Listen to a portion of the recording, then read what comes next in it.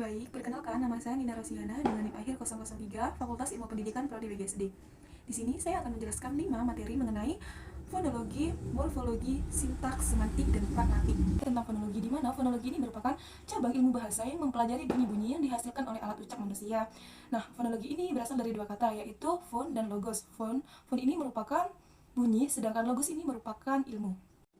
Adapun pembidangan dalam fonologi. Nah, di dalam pembidangan fonologi ini ada fonemik dan fonetik, di mana fonemik ini yang harus memperhatikan pembeda makna seperti kata lari, nari, ini hampir beda tipis.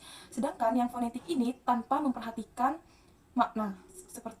Nah, di dalam fonetik ini terbagi lagi menjadi 3, yaitu ada fonetik artikulatoris, di mana ini proses bunyi kita. Sedangkan yang fonetik akustis ini gelombang suara kita. Sedangkan yang terakhir ini auditoris, di mana auditoris ini bunyi yang sampai di telinga kita, seperti itu. Yang kedua yaitu adalah morfologi, di mana morfologi ini terdiri dari dua kata, yaitu morf dan logi. Morf ini adalah bentuk, sedangkan yang logi ini adalah ilmu. Maka dari itu pengertian dari morfologi ini merupakan ilmu mengenai bentuk-bentuk dan pembentukan kata. Di dalam morfologi ini terdapat morfem dan morf. Nah, di morfem ini ada dua, ada morfem bebas dan morfem terikat. Dan ada pula alomorf. Nah, di mana alomorf ini variasi imbuhan seperti kata ajar, seperti belajar, katanya ajar, imbuhannya be atau bel.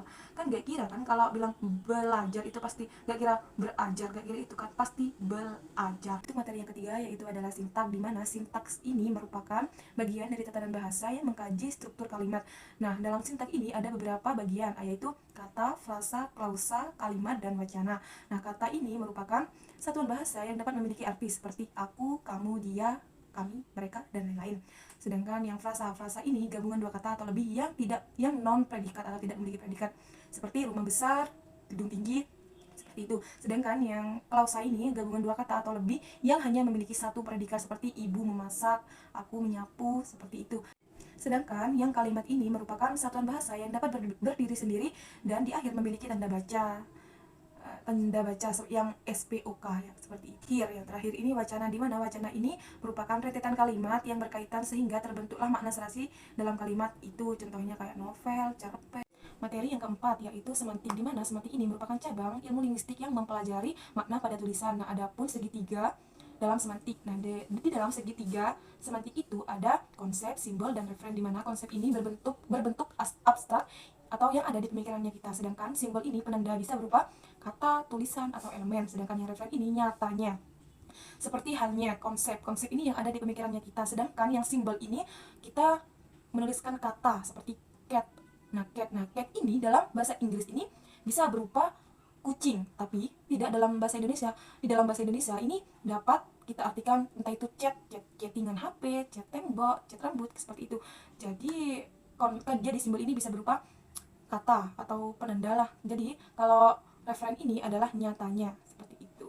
Kalau konsep yang ada di pemikirannya kita tadi kan pasti mempunyai pemikiran yang berbeda-beda, makanya itu konsep itu adalah berbentuknya abstrak tidak jelas. Yang terakhir yaitu pragmatik, di mana pragmatik ini merupakan ilmu yang mengkaji makna yang disampaikan oleh penutur dan ditafsirkan oleh pendengar. Dan di mana dalam pragmatik ini ada jenis-jenis deksis. Yang pertama deksis persona, yang kedua deksis tempat, dan yang ketiga deksis waktu. Ya, dimana deksis persona ini kata ganti yang bisa menunjukkan orang. Misalnya kata ganti orang pertama ini saya, kata ganti orang kedua ini kamu, dan kata ganti orang ketiga ini bisa dia laki-laki, bisa dia perempuan. Sedangkan yang deksis tempat ini sebuah kata yang digunakan untuk menunjukkan suatu tempat, kayak di sana, di sini, di depan, seperti itu. Dia ada di depan, dia ada di sini, Nina ada di sana, seperti itu. Sedangkan yang deksis waktu ini suatu kalimat yang digunakan untuk menunjukkan waktu, di mana seperti halnya besok aku pergi ke Sumeneb, seperti halnya kemarin saya pergi ke UTM, seperti itu. Terima kasih. Sekian pemaparan materi dari saya, kurang lebihnya saya mohon maaf. Wassalamualaikum warahmatullahi wabarakatuh.